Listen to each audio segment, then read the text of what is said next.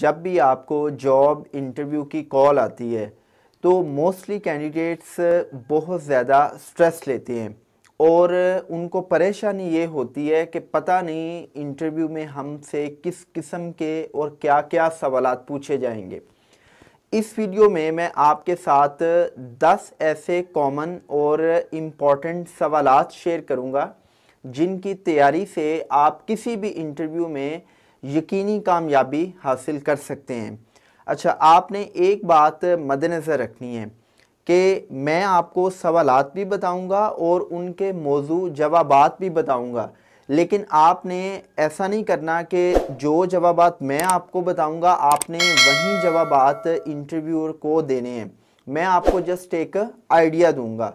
तो आए बात करते हैं उन 10 अहम तरीन सवालात के हवाले से। इंट्रो के बाद आपसे सबसे पहला पूछे जाने वाला सवाल ये होता है कि भाई हम आपको इस पोस्ट के लिए क्यों हायर करें।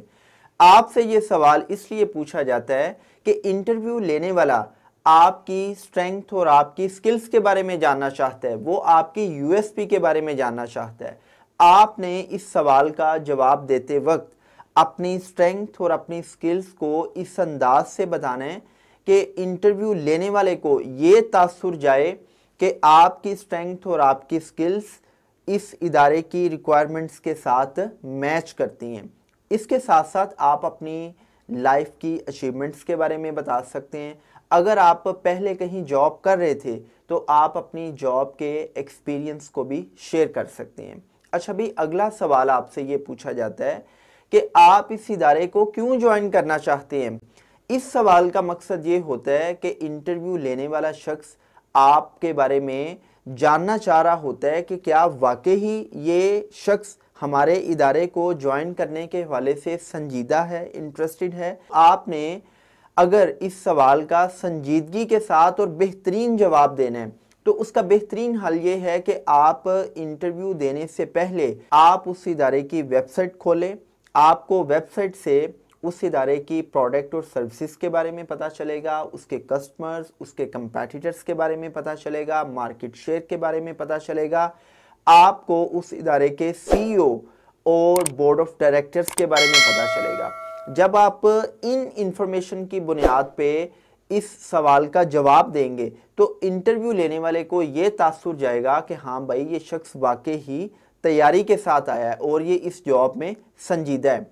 अगला सवाल आपसे ये पूछा जाता है कि भाई आपने ज़िंदगी में बहुत से चैलेंजेस और मसाइल का सामना किया होगा या आपने बहुत से फेलियर्स का सामना किया होगा, तो आप ये बताएं कि आपने किन फेलियर्स का सामना किया, किन चैलेंजेस का सामना किया और आपने उन चैलेंजेस पर कैसे काबू पाया। और मैं आपके साथ ये शेयर करता चलूँ कि ये आपके इंटरव्यू के बहुत से अहम सवालात में से एक सवाल होता है, क्योंकि दुनिया की जितनी भी बड़ी बड़ी कंपनीज हैं, दुनिया के जितने भी बड़े बड़े इदारे हैं, उन इदारों में जब किसी भी सीईओ को हायर किया जाता है तो सीईओ से उसकी कामयाबियों, उसकी अचीवमेंट्स के बारे में नहीं पूछा जाता, बल्कि उससे भी ज़्यादा अहम ये सवाल होता है कि आपने ज़िंदगी में जिन फेलियर्स का सामना किया, आपने उन फेलियर्स पर कैसे काबू पाया। आपसे मैं ये भी शेयर करता चलूँ कि गूगल का सीईओ सुंदर राजपिचाई, जो कि दुनिया में सबसे ज़्यादा सैलरी लेने वाला सीईओ है, जब वो गूगल में इंटरव्यू के लिए गया, उसके इंटरव्यू में भी उससे यही सवाल किया गया कि आप अपनी ज़िंदगी में पेश आने वाली नाकामियों के बारे में शेयर करें और आप ये भी बताएं कि आपने उन नाकामियों पर कैसे काबू पाया। तो आप इस सवाल का जवाब इस अंदाज से दे सकते हैं कि जी, मैं फ़लाँ इदारे में काम कर रहा था और फ़लाँ इदारे में फ़लाँ चैलेंज था, लेकिन मैंने अपनी टीम के साथ मिलके उस चैलेंज पे काबू पाया और मैं इदारे की ग्रोथ का बाइस बना। अगर आप फ्रेश ग्रेजुएट हैं तो आप अपने एकेडमिक करियर के बारे में बता सकते हैं कि मैं फ़लाँ सब्जेक्ट में वीक था, लेकिन मैंने उस पर फोकस किया, मैंने कोई अच्छा ट्यूटर हायर किया, मैंने कोई एकेडमी ज्वाइन की, मैंने ये समझा कि मुझे इस सब्जेक्ट को ज़्यादा टाइम देने की ज़रूरत है, तो मैंने अपनी नाकामी को कामयाबी में बदल दिया। अगला सवाल आपसे ये किया जाता है कि आपके करियर गोल्स क्या हैं। इस सवाल करने का मकसद ये होता है कि वो कैंडिडेट से ये जानना चाहते हैं कि ये अपने फ्यूचर के बारे में क्या सोच रहा है, इसके लाइफ गोल्स क्या हैं, इसके लाइफ का विजन क्या है। अच्छा, इसमें कुछ कैंडिडेट्स गलती ये करते हैं कि वो फ्रैंकनेस में आके ये बता देते हैं कि जी वो इस जॉब को तो थोड़े अरसे के लिए कर रहे हैं, या वो टाइम पास के लिए कर रहे हैं, या वो 1 साल 2 साल ये जॉब करेंगे और उसके बाद वो अब्रॉड चले जाएंगे। आप जब अपने करियर गोल्स बताएंगे तो आपने अपने करियर गोल्स को उस इदारे के विजन और गोल्स के साथ मैच करना है। आपका ये जवाब इंटरव्यू लेने वाले पर यह तासुर छोड़ेगा कि आप उनके इदारे के साथ लॉन्ग टर्म चलना चाह रहे हैं। अच्छा भाई, अगला सवाल आपसे ये पूछा जाता है कि अगर हम आपको हायर करते हैं तो आप हमसे कितनी सैलरी एक्सपेक्ट करते हैं। अच्छा, ये सवाल बड़ा क्रिटिकल सा होता है। तो इसमें दो ऑप्शंस हैं। पहली ऑप्शन तो ये है कि अगर आप फ्रेश ग्रेजुएट हैं तो आप ये कह सकते हैं कि मेरी पहली तरजीह तो ये है कि मैं इस इदारे से सीखूं और अपना दी बेस्ट इस इदारे को डिलीवर करूं।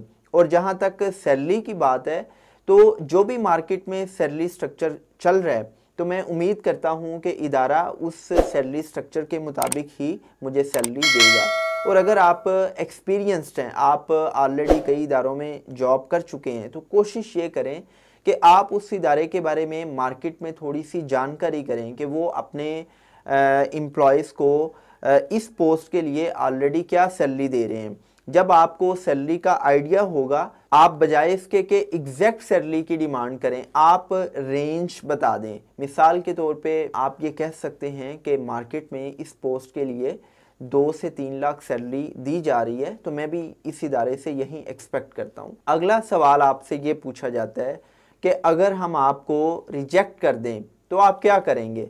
आपने इस सवाल पे जज्बाती नहीं होना, बल्कि आपने बड़ा रिलैक्स होके पॉजिटिवली जवाब ये देना है कि भाई मैं अपना दी बेस्ट यहाँ पर लेके आया हूँ और मुझे अपनी सलाहियतों पे यकीन है और मुझे उम्मीद है कि मुझे इस पोस्ट के लिए हायर किया जाएगा। लेकिन अगर आप फिर भी मुझे इस पोस्ट के लिए मौजू कैंडिडेट तस्वुर नहीं करते तो it's not a big deal.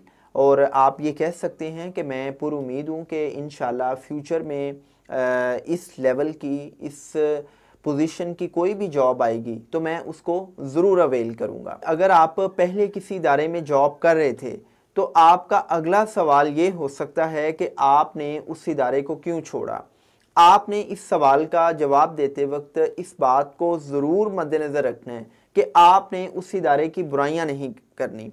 मसलन आपने ये नहीं कहना कि उस इदारे में लेग पुलिंग थी, उस इदारे में टीम वर्क नहीं था, उस इदारे में डायनामिक लीडरशिप नहीं थी, उस इदारे में वर्किंग इन्वायरमेंट अच्छा नहीं था। बजाय इसके आप ये कह सकते हैं कि मेरा वहाँ पर बहुत अच्छा वक्त गुजरा, मैंने वहाँ से बहुत कुछ सीखा और मैंने अपना दी बेस्ट उस इदारे के लिए दिया।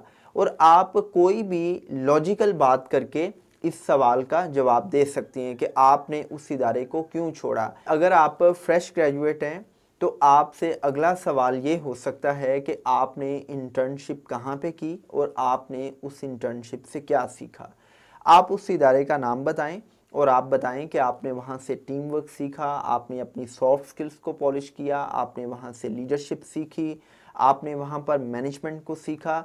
जो भी आपके वहाँ पर एक्सपीरियंसेस थे, आप अपने पॉजिटिव एक्सपीरियंसेस को शेयर करें। आखिर पर अमूमी तौर पर आपसे ये सवाल पूछा जाता है कि अगर हम आपको हायर करते हैं तो आप आइंदा 5 सालों में खुद को किस पोजीशन पे देखते हैं। तो आप बजाय इसके कि डायरेक्टली कहते हैं कि मैं खुद को सीईओ के लेवल पे देख रहा हूँ, आप ये कह सकते हैं कि मैं अपनी सलाहियतों पे यकीन रखता हूँ और मैं समझता हूँ कि इस जैसे प्रेस्टीजियस इदारे में अगर मुझे काम करने का मौका मिलेगा तो मैं अपनी मेहनत से आइंदा 5 सालों में ख़ुद को एक मेजर पोजीशन पर देखना पसंद करूँगा।